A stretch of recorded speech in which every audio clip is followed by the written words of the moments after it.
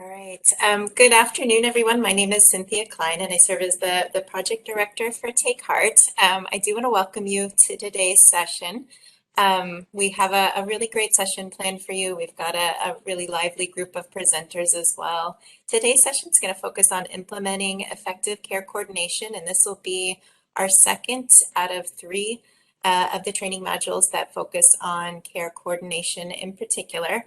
Before we jump in, just a couple of quick announcements. So, just as a reminder, all of the materials that these trainings are based on come from the Million Hearts AACVPR Cardiac Rehab Change Package. I hope by now you have had a chance to take a look at it, but we do strongly encourage you to go ahead and go to the Take Heart website and take a closer look at the change package. The CRCP resources we're going to be focusing on particularly today are on pages 10 through 13 and include table 3 and table 4. Today's training is the 8th in 10 modules total. So we will, as a reminder, take a break in December and pick back up in January and February with those training modules. And our focus for today, we will start with a training session that's led by subject matter experts in the area.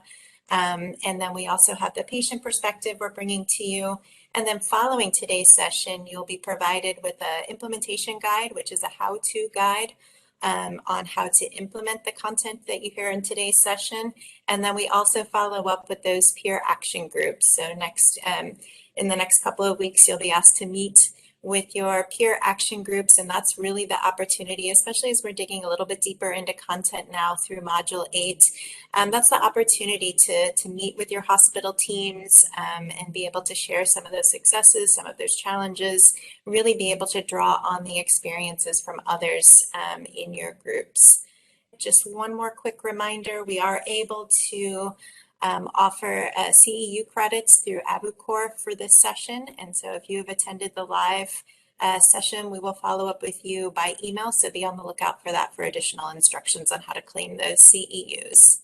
All right, with that, I'd like to go ahead and hand you over to Steve Hines, who's going to tell you a little bit more about how we can interact in this session, and then we'll get into the content. Steve?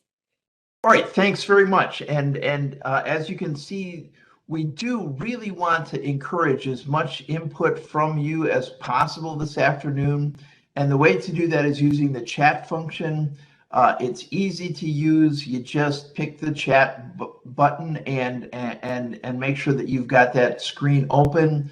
And then make sure that you specify that that you're sending your messages to everyone. That way your peers will see your question or comment as well as the panelists. And we will respond to as many of those chat comments as we possibly can.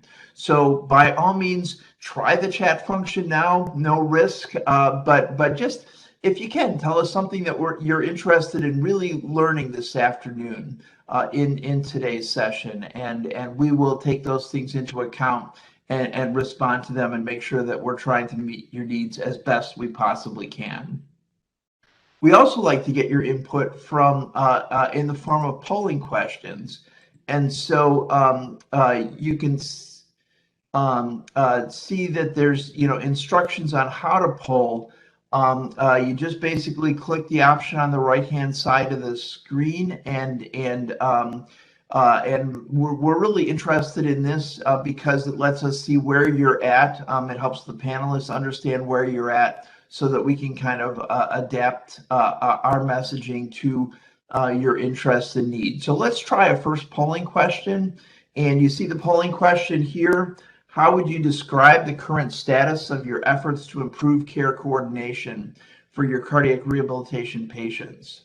So would you say that we're already doing everything necessary, or we've identified some gaps that we've started to address, or we know we have some major issues that we need to address, or we're still not even quite sure what our biggest needs are? And there's no right answer. We expect that there may be people that fit into each of those categories, but just take a second and tell us where you would put your program at so that we can see that, and we'll look at the responses in just a second. So already doing everything necessary, you've identified some gaps, you've got major issues, or you're still trying to decide what your top priorities are.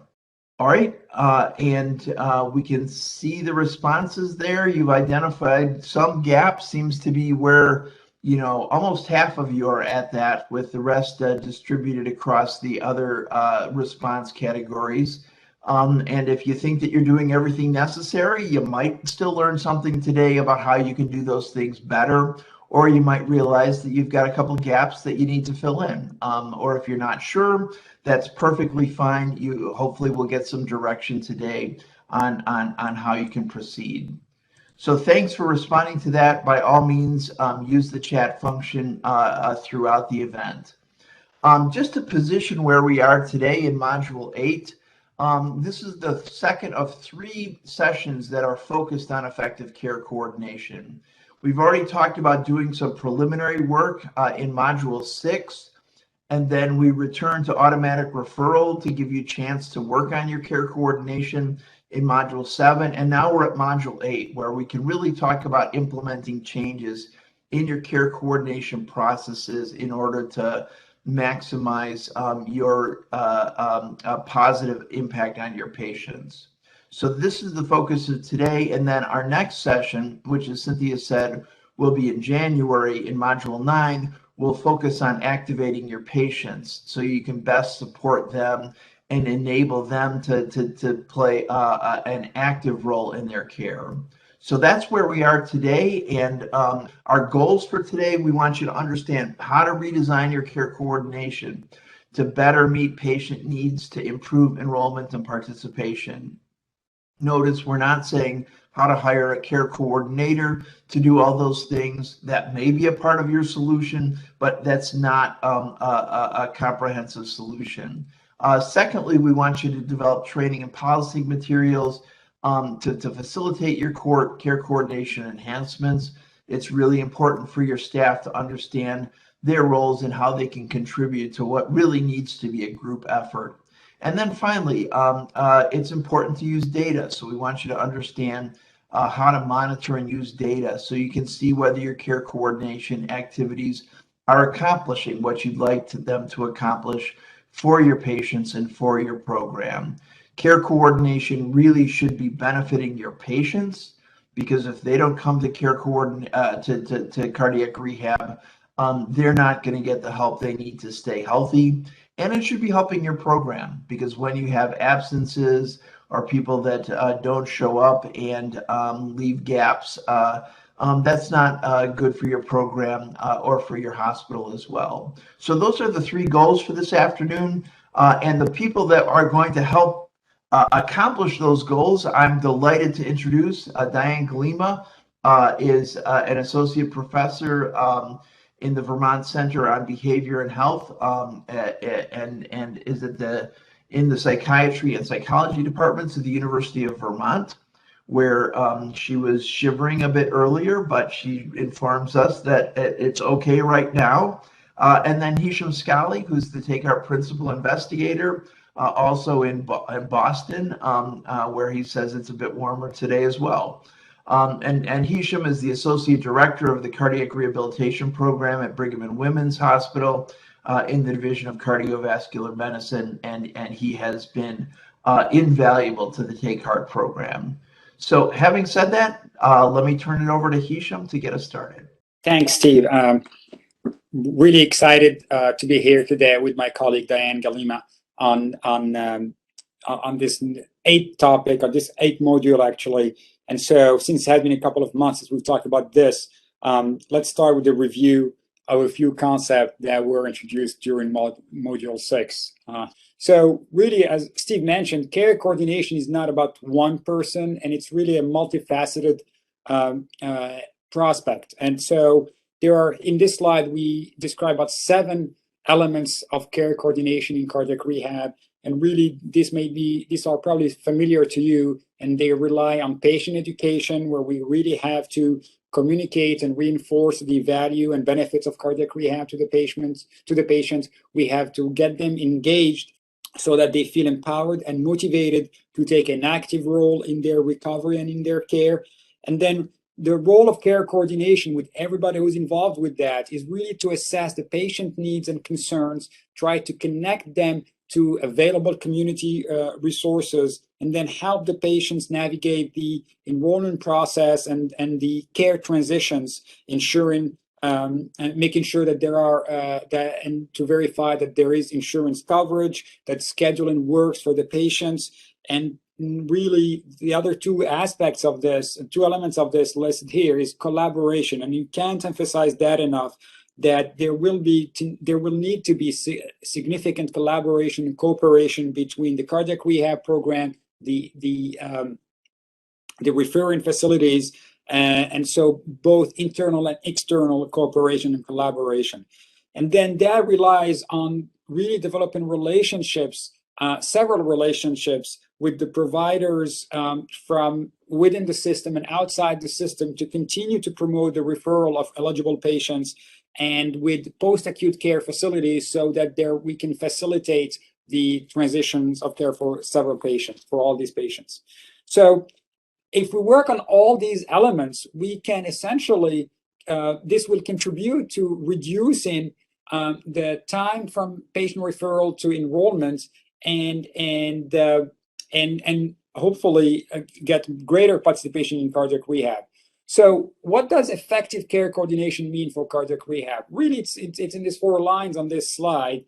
And just to ground everyone in the same definition, this is an improvement project designed to continue improving referrals, but it also calls to address inefficiencies and inequalities within the program that might be hindering referred patients from getting enrolled. So really, it's not only referral, but also the enrollment and then the completion of the program.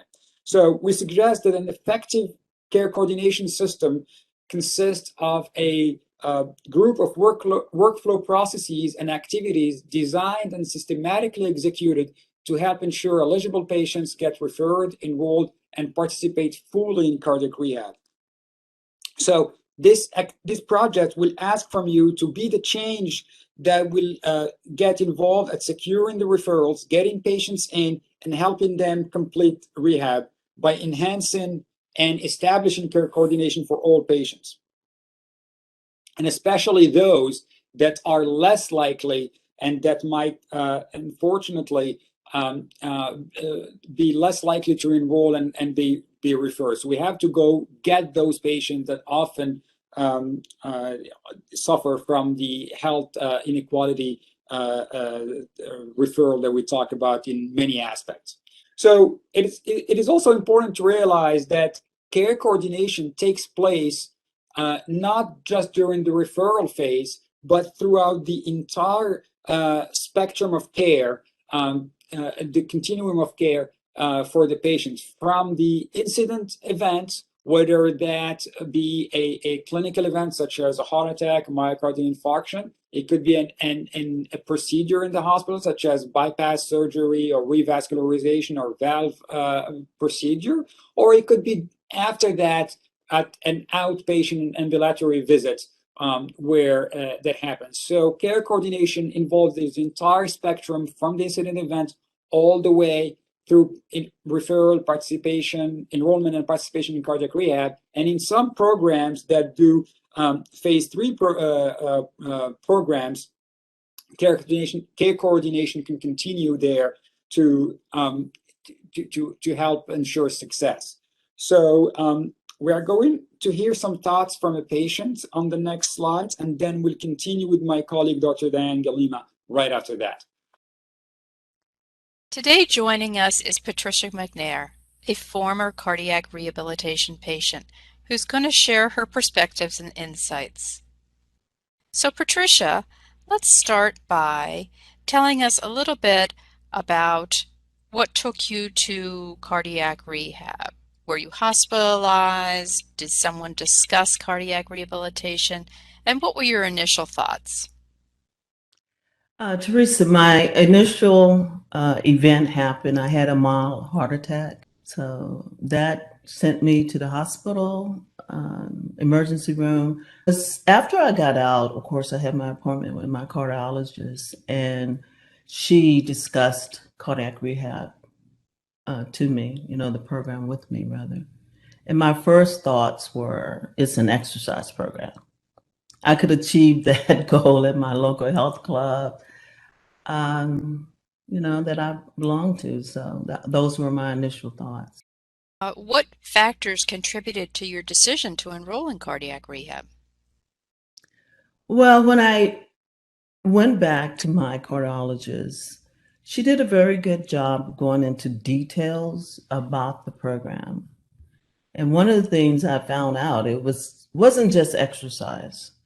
It also, we had a relaxation class, she said. So there's a relaxation yoga class, and a nurse specialized in nutrition, explaining not only what we should eat and how many calories, but how do we shop at the grocery store, stand around the perimeters, So she told me about that. And then she also told me about the nurse on staff. When I come, they would personalize the program for me, which I thought was great because it wasn't a cookie cutter thing. They would create a program plan that fits my need. And also I would attend medical classes, meaning not, medical classes on how the heart works, right? How the heart functions and the medications that we take and how those medications work in our bodies. So those things said to me, okay, this is more than going to work out.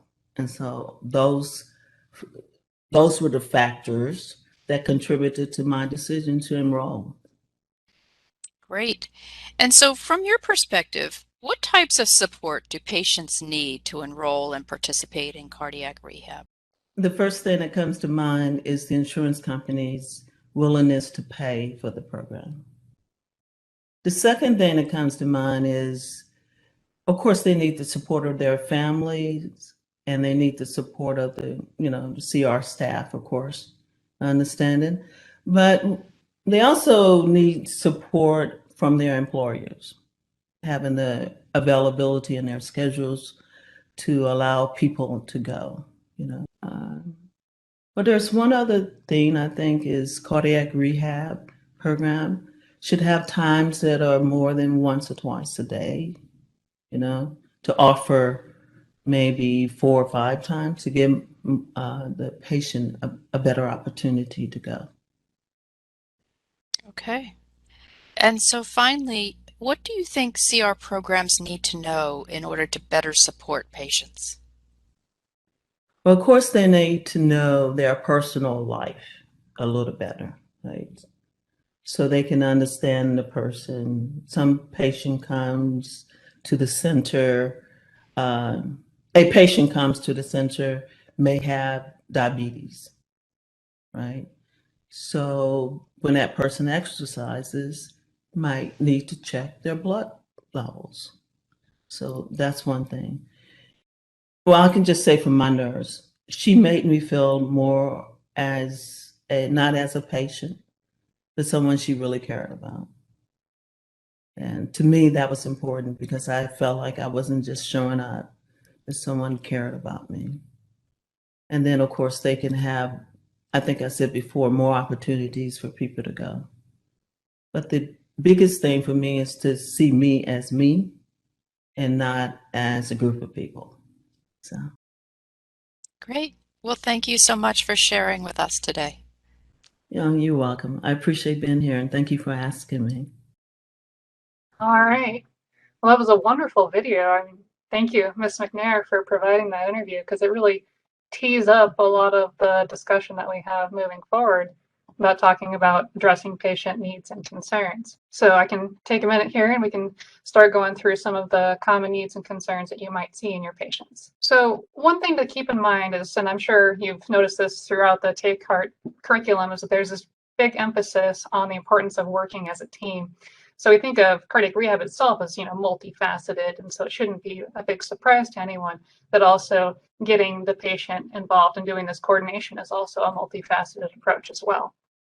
So illustrated here are some of the elements of a team that may be involved in these processes that you would want to get involved. So this can start from, for example, data analysts, so people who can look at who's not coming and how you're doing when you start changing things, involving the clinicians and the intake staff on the CR side. And then one really important element is trying to identify folks that might serve as your cardiac rehab champion. So one suggestion on this front is to try and identify these people that can really be the champions for the program. And it may be that you might have one of these on the inpatient side and the one on the outpatient side as well.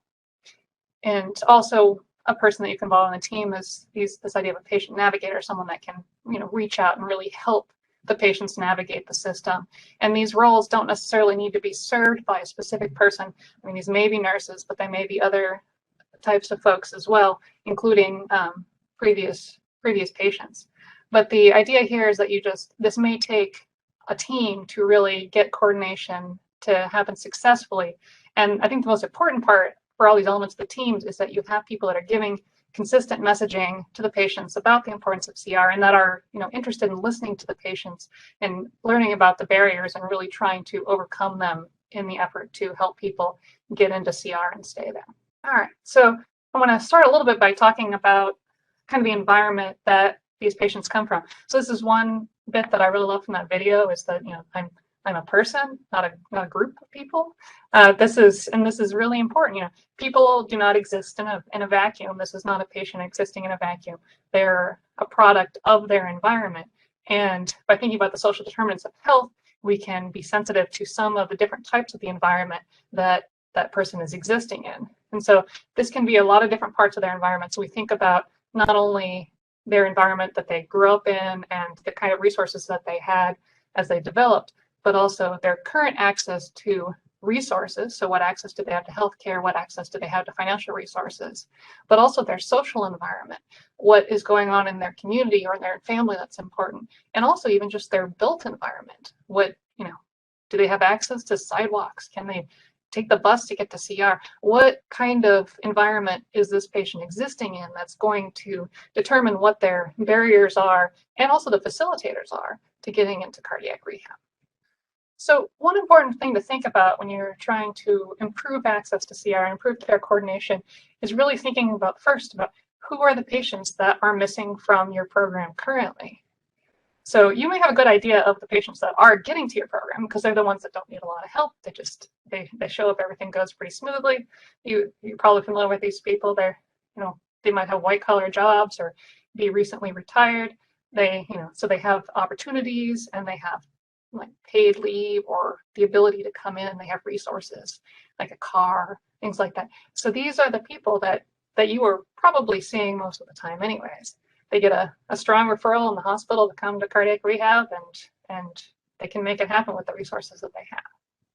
So what you might need to start with is trying to figure out what are the people that you're not seeing. So if we look at the research and the general characteristics of populations that you don't see in CR, one of the things is that you see that the people are relatively young or relatively old are the ones that don't end up in cardiac rehab. So on the younger end, you might have people that are still working or caring for young children, and those things kind of interfere. And then the very old, you might get social isolation or frailty or other barriers.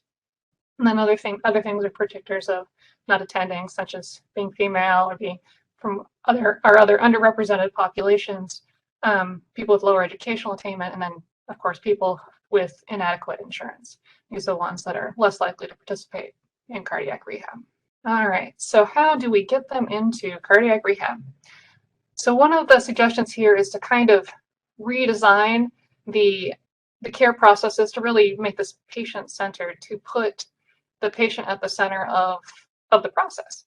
So one of the important things, so once again, like we heard from the patient testimonial, including the patient and the family in the discussions could be important. So this is important when we're thinking about different cultural backgrounds as well.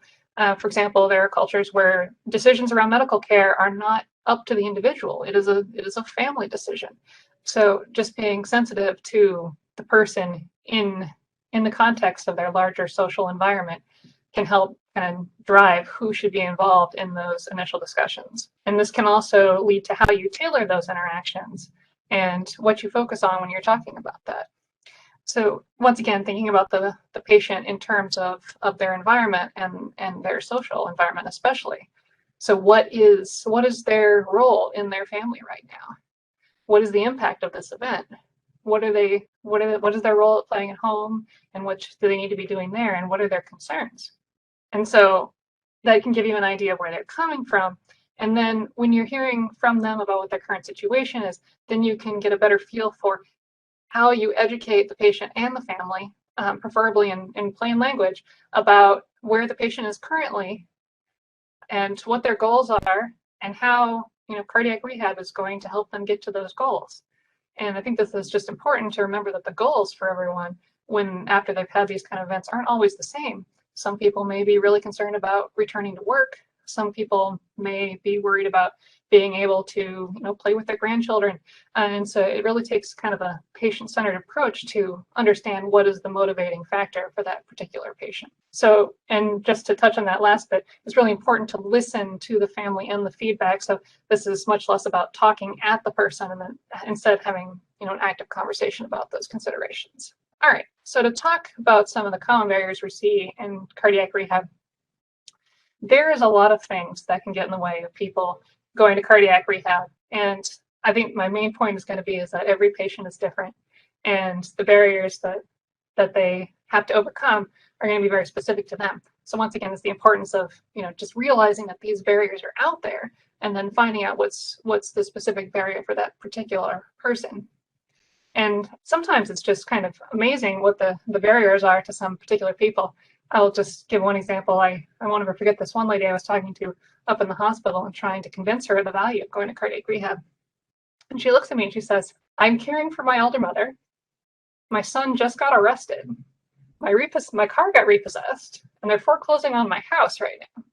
I don't even know where to start as far as being able to do anything else in my life, but just trying to stay on top of all of that." And I'm not going to say everyone's barriers are going to be that immense, but there's a lot to consider when thinking about. I think one of the things that you have to understand is there are probably very few patients that don't want to improve and be able to recover and get back to their lives. And it's not that they don't necessarily care about their health or working towards it, but often there are other things going on that seem very important and overwhelming. And so for folks like that, where a lot of the other stuff just seems so overwhelming, it may be more of a conversation about, you have to take care of yourself so that you can take care of other people. And how can we possibly tailor what we can do for you so that you can still do it and still recover and still take care of what you need to do? So just to kind of go over some of these barriers. So these are all things that you could possibly see. People do vary in their cultural values and beliefs, as I touched on. Need to work. There's going to be people that have some white collar job that gives them sick leave. And there's going to be a lot of people that are working hourly that not only, aren't going to get paid sick leave, but they're also losing their income to come to get medical care. And there's going to be people that are not only caring for their children, or they're caring for for elder adults in their family. And financial is a big one as well. It's a big push to try and eliminate copays for cardiac rehab, because we know any sort of cost share is going to be a barrier. And then, educational barriers as well. So this can just take a lot of different, can manifest in a lot of different ways, with either people not realizing what the benefits of cardiac rehab are or what it is. I mean, as we heard from that testimonial, it's not always clear what the benefits are for a particular person. And then we have to worry about behavioral health issues as well. So anxiety and depression, very common in this population. Social isolation, especially, for example, the older women. And then, just as I mentioned, transportation. If you don't have a way to get there and you can't afford it, then that might be an issue. And sometimes these things aren't terribly obvious as well. So you might have an older lady, for example, that has access to a car, and so wouldn't necessarily be eligible for some services. But if she's too afraid to drive herself, for example, in the rain or something, that's still going to be a huge barrier to her. And those are things that you may not know about unless you take some time to really suss out what's going on with a particular person. All right, so those are talking about the barriers. So some of the possible solutions, when we're talking about some of these individual concerns, as was mentioned in the video, really trying to leverage the other people in that person's lives. You're not always going to have family or that you can kind of drag in and help support the message, but if they're there, you should leverage it. And obviously connecting with the other community resources and services that are available in the community. I mean, there are often resources out there, whether it's for meals or transportation or behavioral health, and just being able to know what those are and be able to connect the patients with them is very useful. A lot of what I get out of this as well is sometimes just having the ability to adjust how the program is delivered could overcome a lot of these barriers. So if you go up there and talk to someone and say, this is 36 sessions of cardiac rehab, you've got to go outpatient, this time of day, that's going to be overwhelming and seems very, like, no, there's no way I can commit to that kind of stuff. Whereas if you had some flexibility, you can say, at least come in for a consult so we can get you checked out and see how you're doing and give you some ideas of what you might be doing at home. That's at least something, and that gets them started. And that may seem much less overwhelming than kind of committing to a whole 36 sessions. And so similarly, when we're talking about other barriers, so if people are working or they have childcare, they might benefit from having other options such as flexible hours, night hours, weekends, that kind of thing, or these more hybrid versions of CR where you require some in-person because obviously you want to be able to get a feel for the patient and their risk factors and what their capacities are, but also being able to support them doing more on their own time at home outside of the usual working hours. All right, so thinking about some possible solutions to financial concerns. So it's always kind of a shock to people if they are starting CR and suddenly they've been told that they have a $70 copay. Sad, but it happens. So it's important to really kind of confirm that insurance coverage and being explicit about the cost from the start. I do hope that the efforts to eliminate copays continues to move on, but until then, that's a reality we have to deal with. So thinking about other ways of kind of balancing out the cost, can you set up payment plans for the patients? Can you provide support to allow them to apply for other insurance options or for other subsidies? One thing that we do at our program is that we have a philanthropic fund where some of our more affluent graduates will donate money to help defray costs for people that have insurance that is not allowing them to participate. And another thing you can think about when you think of the finances of getting to CR, so there's going to be a subset of the population for which just the cost of transportation or getting to CR is a big barrier.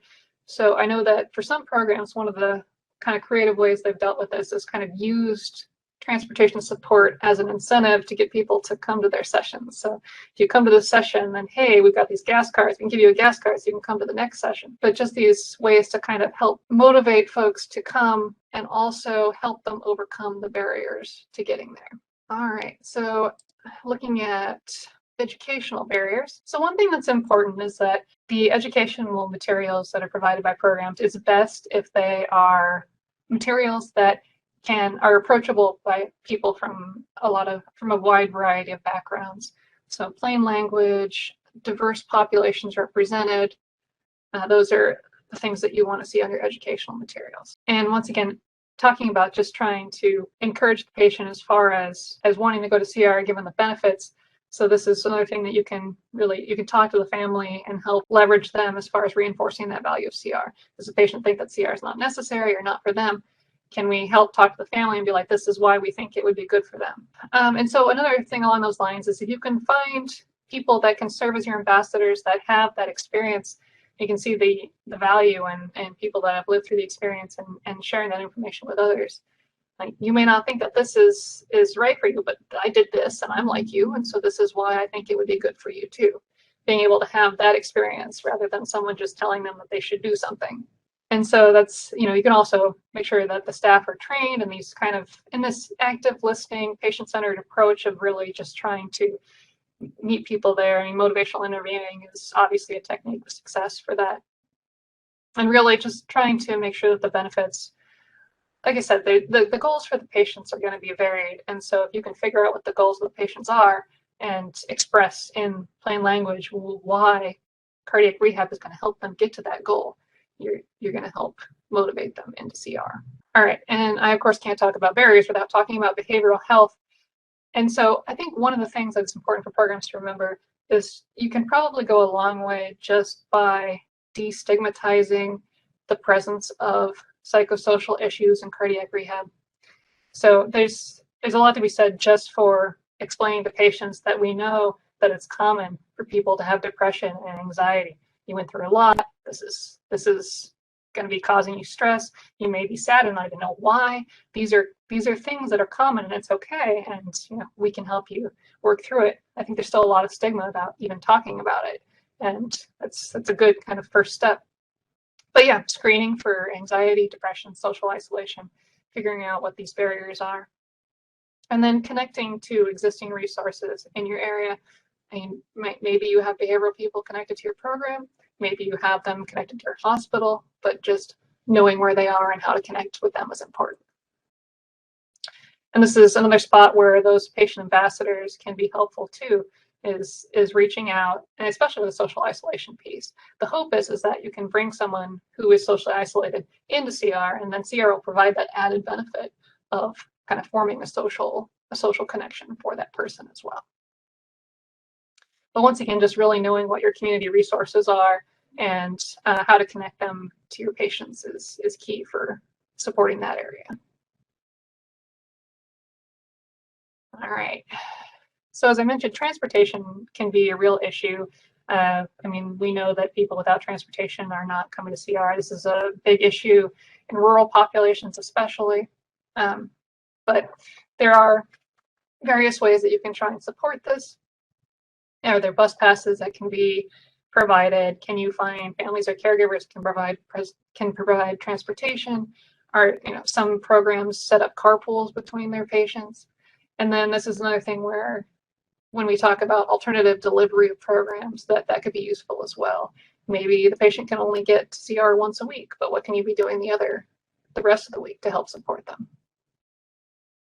And just really trying to reduce the costs of transportation and getting to your program as much as possible. I mean, the last thing you want to do is have someone who wants to come to CR, but because of the parking costs, that's kind of the last straw for them to be able to get to you.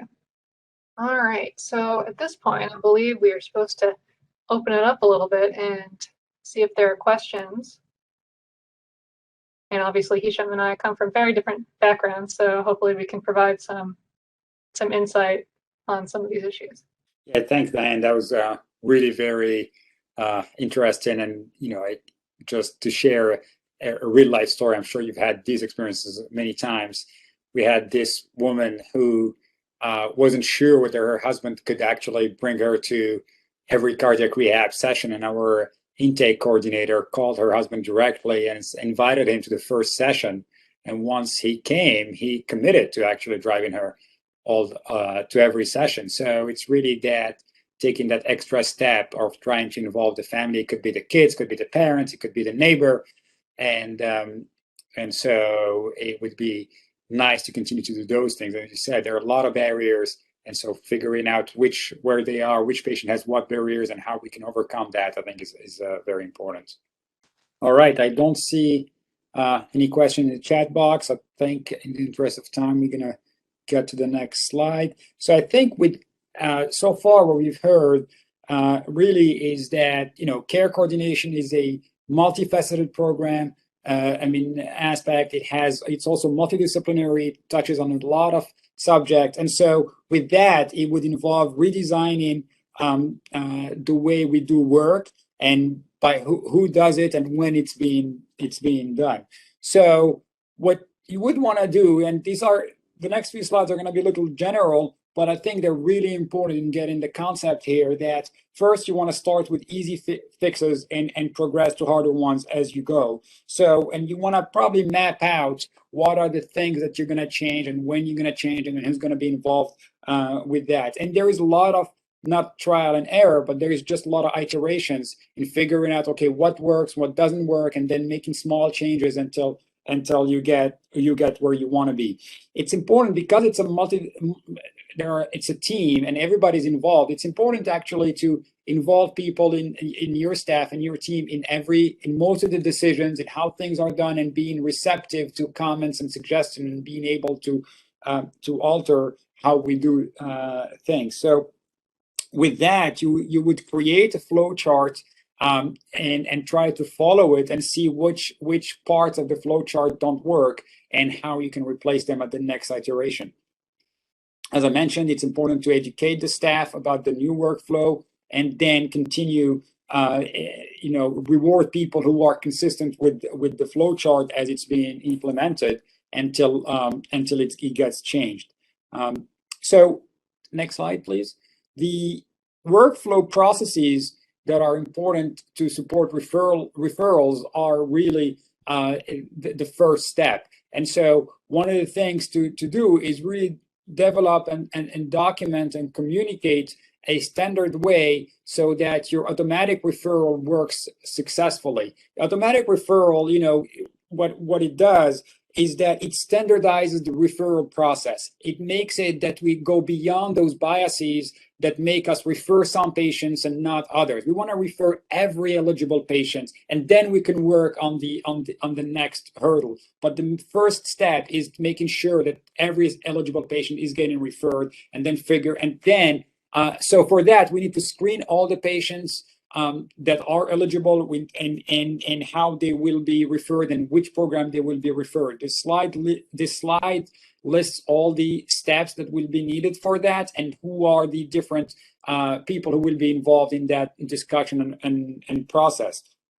So first thing is we would want to develop a standard referral policy for all eligible patients. Not only patients who are in the cardiology unit, but also patients who are in non-cardiology units. So patients who are admitted to a medicine unit or into an orthopedic unit, for example, because there is overflow, the hospital is full, and your patients with heart failure or with an MI was admitted to another floor. You want to make sure that you're capturing those patients, not just the patients who are on the cardiology floors. And you would also want to do, what you want to make sure is that patients who are in your hospital, but they don't live in your community, they live quite a distance away, you want to make sure that they get to a cardiac rehab program. They may not get to yours, but you want to make sure that they get to a cardiac rehab program that's convenient for them, where they're going to be able to enroll and participate and complete their program there. So the other thing you want to do here is also have a process where you have a conversation from clinician to another clinician so that your transition of care is smooth. And then, because a lot of these patients are often complex, have comorbidities and so on. So you want to make sure that there is a way to track the complexities of the patients and that the transition is smooth there. So this transition between phase 1 and phase 2 is very important, because that's what actually, if it is done well, it can shorten the time between the index event and enrollment and participation in cardiac rehab. And we know that there have been studies showing that actually the shorter that time is, the greater the likelihood that patients will actually enroll in cardiac rehab, and eventually might even participate in more sessions and more likely to graduate from cardiac rehab program. So for these things to happen, to make that transition smoother, you want to make sure that to confirm the discharge referral. So you want to make sure that there is a referral that has been done at discharge. You want to make sure that the discharge diagnosis and the referral diagnosis are actually accurate, and so will help you enroll that patient. You want to track medically complex patients who may not go home directly, but might transition by a short-term rehab or a SNF facility before they can come to your cardiac rehab. So you want to have a process in place that would allow you to make sure that these people don't fall through the cracks once they go to a short-term rehab. Nobody hears about them anymore, and then they're not referred and they don't participate in cardiac rehab. So you want to have a process that you can capture those patients afterward. You want to, as mentioned earlier, you want to have relationships between not only your own cardiac rehab program and the referral units where they're coming from, whether they're on the cardiology floor or not, but also you want to have a relationship with other cardiac rehab programs that you might help transition your patients if it's more convenient for them to go elsewhere. Insurance verification is important because, as Diane mentioned, you want to make sure that this is a service that's covered, and how are you going to help the patient? If someone, if they get a $70 copay, not everyone can afford that, and for those who are not insured, or for those in whom you don't check their insurance, they may get hit with even a higher bill. And once they get that first bill, they're going to stop coming. Whereas if you take that ahead of time, you're proactive about that, you may increase the likelihood of them coming back to you. And so the other thing is really connecting and figuring out what are the community resources that are available and that will help you with that phase 1 to phase 2 transition.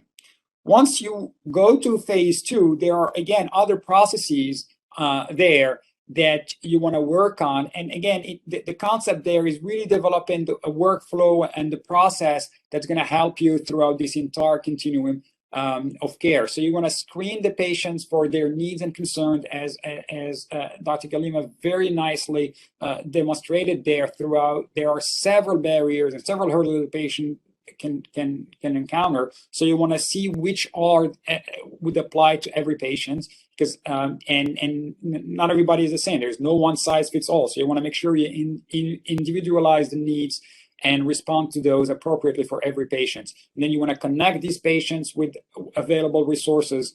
In terms of process, acknowledging the referral promptly is extremely important. It allows you to close the loop with the referral program.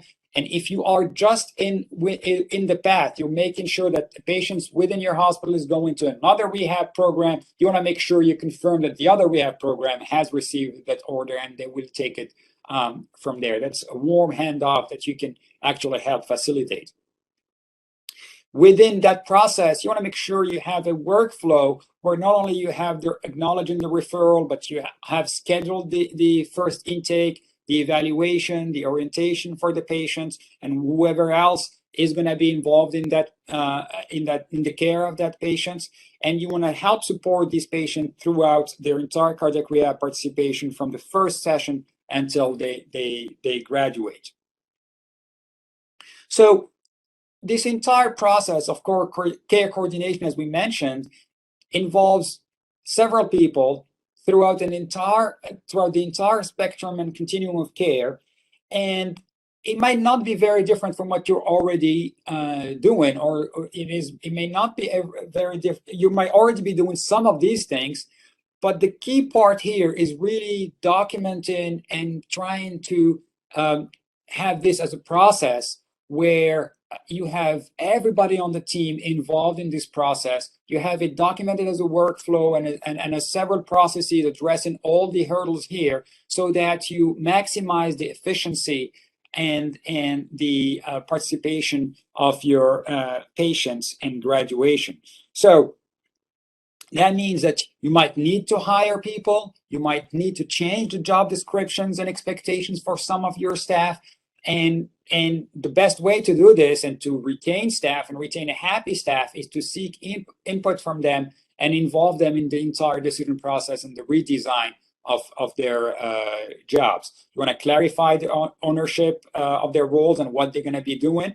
And unfortunately, it is not uncommon for staff to turn over, for staff to move on to different places and different roles. So you want to make sure that everything is documented, and so that when that staff leaves the institution, that knowledge and experience that they have doesn't leave with them. And you want to make sure you have the processes and the workflow charts there, so that whoever is part of the team and whoever you're going to hire next can continue to work with that same efficiency that you have. So you want to make expectations and performance criteria clear for everyone. The orientation guidelines for your entire staff have to be written and clear for everyone. And then, as this is a team, and throughout the entire workforce, it's important to provide appropriate mentorship, and where young and junior staff have people to look up to, and they can continue to emulate, and they can continue to receive transfer knowledge from them as well. So the key there is really to empower your staff with the knowledge they need to be successful. So you want to make sure the entire CR team from the phase 1 all the way through phase 2 has a thorough understanding of how the automatic referral system works, how to access the information and reports needed for their position, to know where things that work and things that don't work, and how to improve them, and provide supplemental training throughout the year for, as Diane mentioned, conversation techniques, how to change that based on the patients and based on their needs, and also be very sensitive to patient needs and to the patient that we are less likely to refer and enroll. As we mentioned, women, very older or younger patients, minorities, lack of education, lower socioeconomic status. You want to be very sensitive to those patient populations and really work harder to get those patients so they can really benefit from the cardiac rehab. And so maintaining a continuous cultural sensitivity training throughout for the program, and I'm sure it's part of all of the institutions, is extremely important there. So I think we're going to finish on that and pass it back to Diane for the next part. I just want to mention, I did see in chat that people were talking about bringing family members to orientation and including them in CR programs, that was a thing that was much more prevalent prior to COVID, and that hopefully we can get those kind of things reinstated fairly soon. And I am all in support of that. That it always seems to be valuable to be able to bring them in. I know our program allowed family members to exercise during the same time, and that was very helpful for some people. So I'm glad to see people thinking in that direction. All right, I'm going to move on here to monitoring using data to support care coordination. So one of the things that we want to make sure that you do is that you're at least keeping an eye on the data and how you're doing. It would be a shame if you made good changes and we're seeing improvements and didn't have some metrics so that you could report back to your systems about how great it is, the work you're doing. So before we go into kind of the more formal measurements, one of the things that's just really important is that you need to, when you're going into these kind of changes and thinking about changes, it's really important to listen to both your staff and your patients about how things are going. They're going to be these invaluable sources of ideas of both how you might improve and how things are going, and feedback about how changes are happening. So it needs to be an open conversation without judgment about, what's working and what's not working, because they're the, boots on the ground that's going to help you figure out what needs to be done. All right, so when we're talking about, as I mentioned, when you're making changes, you want to kind of have performance measures that have good definitions along with them so that you can look at the data as these changes are happening and see if you're being successful and adjust as necessary, and of course give you reasons for celebrating the successes that you do have.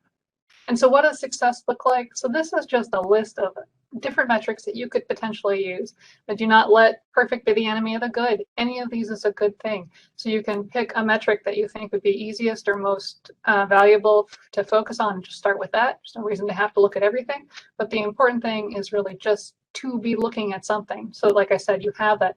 Because the goal is that you're bringing in patients that are coming and providing value. They should be coming in. They're supposed to be referred. They'll provide benefit to your program. So this should be a valuable service that you're providing, getting these patients in. All right, so moving on to audience sharing. I mentioned already that we've had some good conversation about involving the family.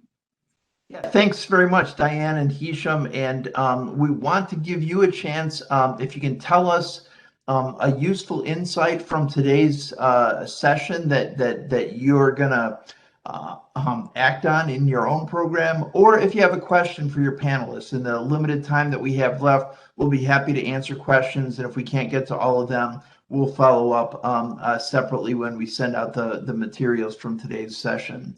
So questions or insights that you want to share that you found particularly helpful from today's session, please go ahead and enter those in the chat, and we'll take a couple minutes if we can to respond to any questions. I do see one question in here about if there's research on the impact of organizations who have inpatient FTEs for phase 1 staff versus outpatient phase 2 staff providing care coordination for phase 1. I am not aware of anything specifically looking at that level of detail. I mean, I know the best data we have is that having some sort of liaison inpatient is very valuable for getting patients to CR. I don't think we have that granularity, unfortunately, in the research currently. And my impression listening to programs is that either of them can be done well and either of them can be done badly. So it's more in the execution than in the, we've got the wrong model. So if you focus on execution, you can make either of them work. Yeah, that's my feeling as well, is that if you have a team that is really enthusiastic and dedicated, that it will happen and it will make it work. And it's really just finding those champions, as was mentioned earlier. And there's a comment from Samantha Andrus about getting CR graduates in phase 3 to be future CR ambassadors.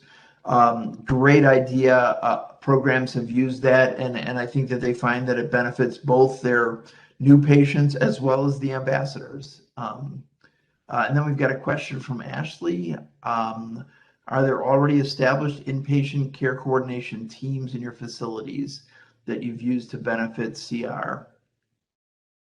So what we have done, actually, periodically, we have meetings with several units in the hospital, the cardiac surgery unit, the PAs in the cath lab, and also meetings with the care coordinator, the discharge care coordination teams. And we reemphasize the benefits and value of cardiac rehab. And that little booster of knowledge will remind people to talk to their patients about cardiac rehab referral. So all the professionals, the clinical providers will do it.